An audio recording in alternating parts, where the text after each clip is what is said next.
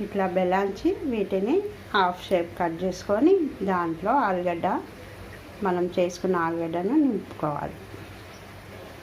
నింపి ఇలా సమోసా రెడీ చేసుకోవాలి. వేడివేడి సమోసా ఫ్రై.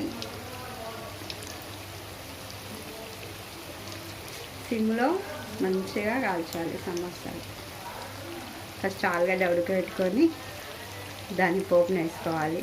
కొంచెం జీలకర్ర ఆవాలు, మినప్పప్పు, కరివేపాకు, పచ్చిమిరపకాయలు ఇవన్నీ వేసి బాగా వేసి ఈ ఆలుగడ్డ ఉడకబెట్టిన దాన్ని స్మాష్ చేసి అందులో కలిపేసి దాన్ని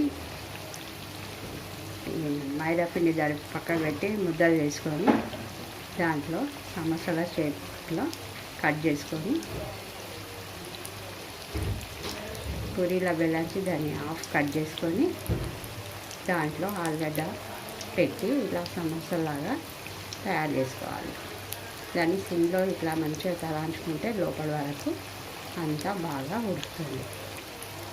టేస్ట్ కోసం నిమ్మకాయ కూడా వండుకోవచ్చు. పోవాలని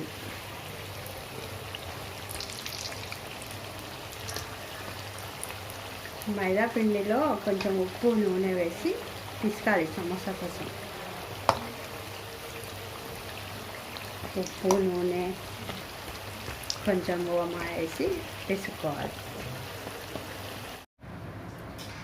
మన సమోసాలు రెడీ అయిపోయినాయి.